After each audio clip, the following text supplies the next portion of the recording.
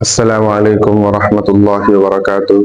میرے دوستو، حضرت مولانا سلمان صاحب نقشبندی نے آپ صلی اللہ علیہ وسلم کے مبارک اولاد میں سے ایک شخص کا ذکر کیا ہے۔ آپ اس بیان کو سنیے، اس کے بعد پھر آپ بتائیے گا کہ یہ بیان آپ کو کیسا لگا۔ اسی طرح کی واضح نشانیوں میں سے ایک نشانی ہے کہ حضرت نبی اکرم صلی اللہ تعالی علیہ وسلم کی مبارک اولاد میں سے ایک صاحب سامنے آئیں گے جن کا نام محمد اور ان کے والد کا نام عبداللہ ہوگا، اور وہ ہدایت یافتہ ہوں گے، اس لیے ان کو مہدی کہا گیا، اور وہ مکہ مکرمہ میں لوگوں کو ملیں گے، لوگ ان کو پہچانیں گے اور ان کے ہاتھ پر بیعت کر کے، ان سے معاہدہ کر کے ان کا ساتھ دینا شروع کریں گے، اور اس کے بعد اس شخصیت کی قیادت میں دنیا کے اندر حق غالب ہوگا، اور اسی زمانے میں باطل کا سب سے بڑا چہرہ دجال سامنے آئے گا۔ وہ دنیا کے اندر باطل کو پھیلانے کے لیے آخری درجے کا کام کرے گا، وہ دنیا کے لوگوں کو گمراہ کرنے کا انتظام لے کر آیا ہوگا، اور اللہ تعالیٰ کی طرف سے انسانوں کی آزمائش کے لیے اس کے ہاتھ پر کچھ چیزیں ظاہر بھی ہوں گی۔ اب یہ دو شخصیتیں گویا ہوں گی، ایک حق کی علامت محمد ابن عبداللہ المہدی اور ایک المسیح الدجال۔ اس مسیح دجال کو ختم کرنے کی ضرورت پیش آئے گی، تو اس کے لیے اللہ تعالیٰ کی طرف سے وہ مسیح بھیجے جائیں گے جو دنیا میں ایک بار رہ کر اللہ کے یہاں بلائے گئے تھے، حضرت عیسیٰ علیہ السلام۔ ان کو آسمان سے واپس بھیجا جائے گا، اور ان کا اصل مشن اس دجال کو ختم کرنا ہوگا، چنانچہ وہ اس دجال کو ختم کر دیں گے۔ اب آپ سوچیں، جیسے میں نے بیان کیا، آسانی کے لیے میں نے احادیث کی عبارتیں یا حوالے نہیں بیان کیے، بلکہ جو خلاصہ ہے وہ بیان کیا ہے، اور یہ خلاصہ آپ لوگ جانتے بھی ہیں۔ اس میں کتنا آسان ہے اس بات کو سمجھنا کہ وہ محمد بن عبداللہ المہدی، جن کو ہم امام مہدی کہتے ہیں، وہ مکہ مکرمہ میں آئیں گے، اس کے علاوہ کہیں نہیں آئیں گے وہ، اور وہ حضرت عیسیٰ علیہ السلام جو آسمان سے اتریں گے وہ ملک شام میں اتریں گے، اور وہ دجال کا خاتمہ کریں گے۔ ایسی صورتحال میں جب یہ بات بالکل صاف ہمارے سامنے ہے، تو اب کوئی آدمی اگر یہ دعویٰ کرے کہ میں عیسیٰ ابن مریم ہوں، مثلا قادیان کا رہنے والا بیچارہ ایک ناقص الخلقت آدمی جس کو غلام احمد کے نام سے لوگ جانتے ہیں، وہ دعویٰ کرے کہ میں مسیح ابن مریم ہوں، اسے مرے ہوئے بھی 125 سال ہونے جا رہے ہیں، دجال ابھی تک آیا بھی نہیں، ختم تو کیا ہوتا؟ بھائی مسیح ابن مریم آ کر دجال کو ختم کریں گے، دجال آیا نہیں تو آ کے مر بھی گیا، اس سے بڑا جھوٹ اور کیا ہوگا؟ اور اسی طرح سے کوئی آدمی آ کر یہ دعویٰ کرے کہ میں محمد مہدی ہوں، اور نام اس کا شکیل ہو یا جمیل ہو یا خلیل ہو یا کچھ بھی ہو، اور وہ گھومتا پھر رہا ہو ہندوستان میں، بلکہ چھپتا پھر رہا ہو، تو مجھے کوئی بھی جوان بتائے کہ یہ بات عقل میں آنے والی ہے، ماننے والی ہے؟ کہاں جا رہے ہیں لوگ؟ کیا مسئلہ ہے آخر؟ یہ ایسے احمقوں کو، میں تو ایسے لوگوں کو احمق سمجھتا ہوں چونکہ وہ دنیا کا بھی نقصان کر رہے ہیں، آخرت کا بھی نقصان کر رہے ہیں، ایسے احمقوں کو یہ بے وقوف ماننے والے مل کہاں سے جاتے ہیں؟ اب میں وہ بات کروں گا جو میں کہہ رہا تھا کہ بعد میں کروں گا۔ کیوں مل جاتے ہیں؟ دین کے معاملے میں سنجیدہ نہیں ہے۔ جو لوگ شکیل بن حنیف جیسے لوگوں کو مان رہے ہیں، میں یہ سمجھتا ہوں کہ وہ دینی جذبے کے تحت مان رہے ہیں، یہ مجھے معلوم ہے، مگر ایک سوال ہے میرا، میں کمپیوٹر نہیں جانتا، میرے اندر جذبہ ہے کہ میں کمپیوٹر سیکھوں، تو مجھے کمپیوٹر سیکھنے کے لیے کسی ڈاکٹر کے پاس جانا چاہیے، یا اسکول کے ٹیچر کے پاس جانا چاہیے، یا وہ جو ہوٹل میں کھانا بنانے والا ہے کک، اس کے پاس جانا چاہیے؟ کس کے پاس جانا پڑے گا؟ جو کمپیوٹر ماسٹر ہو اس کے پاس جانا چاہیے نا مجھے، وہی تو مجھے سکھائے گا نا کمپیوٹر۔ اگر مجھے کوئی کاروبار کرنا ہے اور کاروبار کے بارے میں مشورہ کرنا چاہتا ہوں، تو کیا مسجد کے امام صاحب سے جا کے ہوگا مشورہ کاروبار کا؟ کیا خیال ہے؟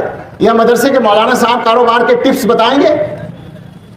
وہ سوچو ذرا، بھائی کوئی ایم بی اے ہوگا جو بزنس مین ہوگا، کوئی تجربے کار ہوگا، کوئی ڈگری لیے ہوئے ہوگا کاروبار کی، یا کم سے کم وہ کوئی کارخانہ چلاتا ہوگا, کوئی فیکٹری چلاتا ہوگا, کوئی دکان کرتا ہوگا, وہ اس سے جا کے سمجھنا پڑے گا نا کہ کاروبار میں کیا ہمیں کرنا چاہیے.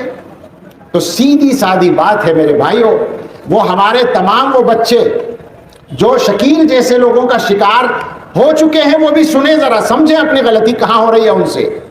ان کے سامنے کچھ لوگوں نے آ کر دین کی باتیں کی, مجھے معلوم ہے دین کی باتیں کرتے ہیں, اور پریشانی کیا ہے, فتنوں کا زمانہ ہے, فتنوں سے سب پریشان ہیں. ہمارے وہ بچے جو اسکولوں میں پڑھتے ہیں, جو کالجوں میں پڑھتے ہیں, یونیورسٹیوں میں پڑھتے ہیں, وہ ظاہر ہے کہ وہ انجینئر تو ہو گئے, وہ ایم اے اور بی اے تو ہو گئے, انہوں نے ایم بی اے تو کر لیا, انہوں نے بہت سارے مضامین میں ماسٹرز کر لیا, مگر دین کے معاملے میں تو وہ مدرسے کے مکتب کے بچے کے برابر بھی نہیں ہے نا. جیسے ہم کمپیوٹر یا میتھس میں اسکول کے 5ویں کلاس کے بچے کے برابر نہیں ہیں, تو جس طرح ہمیں اس فن کے آدمی کے پاس جانا چاہیے, اسی طرح ہمارے وہ کالج اور یونیورسٹیوں کے بچے سمجھ رہے ہیں اچھی طرح سے کہ دین کی بات اگر کوئی آدمی کرتا ہے تو اس کے پاس جاؤ جس کے پاس دین کی صحیح ڈگری موجود ہے, وہ بتائے گا کہ صحیح بات کیا ہے.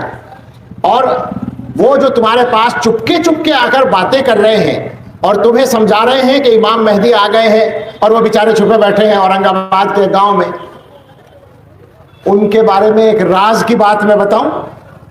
یہ راز چھپا ہوا کھلا ہوا راز ہے, وہ تمہیں بھی معلوم ہے, مجھے بھی معلوم ہے. کیا, یہ سوال ہے میرا ان بچوں سے, ان جوانوں سے, ان لوگوں سے جو متاثر ہیں, ان سے سوال ہے, کیا انہوں نے سب سے پہلے تمہارے ذہن میں یہ بات نہیں ڈالی کہ ان مولویوں کے چکر میں مت پڑنا, یہ تم سے دین کی بہت سی باتیں چھپاتے ہیں. بات تو یہیں سے شروع ہوتی ہے, پکی بات ہے, یہ میں دعویٰ کر رہا ہوں. یونیورسٹیوں میں جاتے ہیں, کالجوں میں جاتے ہیں, اسٹوڈنٹس سے بات کرتے ہیں اور ان کو بتاتے ہیں کہ یہ فتنے ہیں, ان کا فتنوں کا علاج آ گیا ہے, مگر علماء تمہیں نہیں بتائیں گے, لہذا علماء سے بات مت کرنا. چنانچہ وہ نوجوان علماء کے قریب جلدی سے لگتے نہیں ہیں. مجھے ان سب سے ہمدردی ہے, اس لیے کہ وہ دھوکے میں پڑے ہیں, دھوکے میں ڈالے گئے ہیں. مگر ایک شکایت ہے کہ تم اتنے نادان تو نہیں ہو کہ تمہیں خواہ مخواہ. میرا سوال ہے, تمہیں کاروبار میں کوئی دھوکہ دے سکتا ہے؟ کیا کبھی تم نے ایسا کیا ہے کہ کمپیوٹر کی کلاس لینے کے لیے انجینئرنگ کالج میں تم پہنچ گئے, یا میڈیکل سائنس پڑھنے کے لیے تم انجینئرنگ کالج میں, کبھی ہوا ہے ایسا؟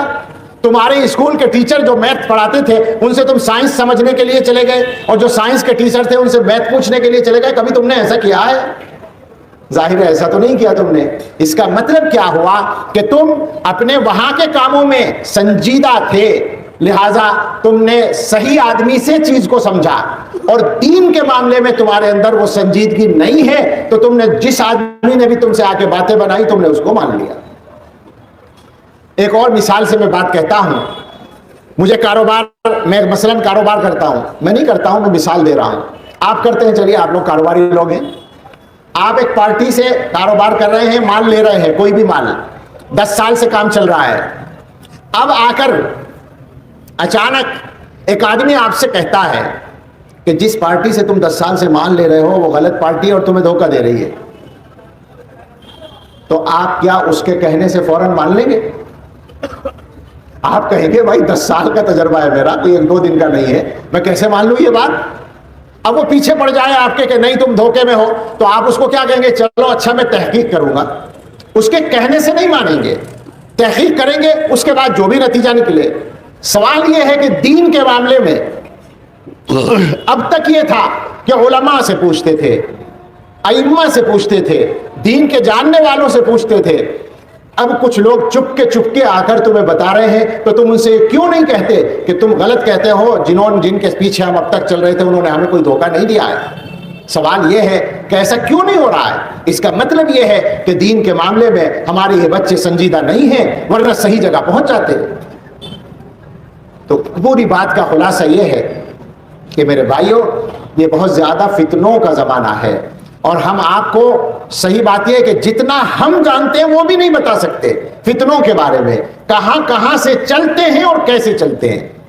لیکن یہ بات ڈرے بغیر ہم آپ کے سامنے کہہ سکتے ہیں کہ اس طرح کے سارے فتنے دنیا کی ان طاقتوں کی طرف سے چلتے ہیں جو آپ کی اور ہماری دشمن ہیں. یہ پکی بات ہے, کوئی راز بھی نہیں ہے اور یہ کوئی الزام بھی نہیں ہے. ہمیں معلوم ہے, حقائق معلوم ہے.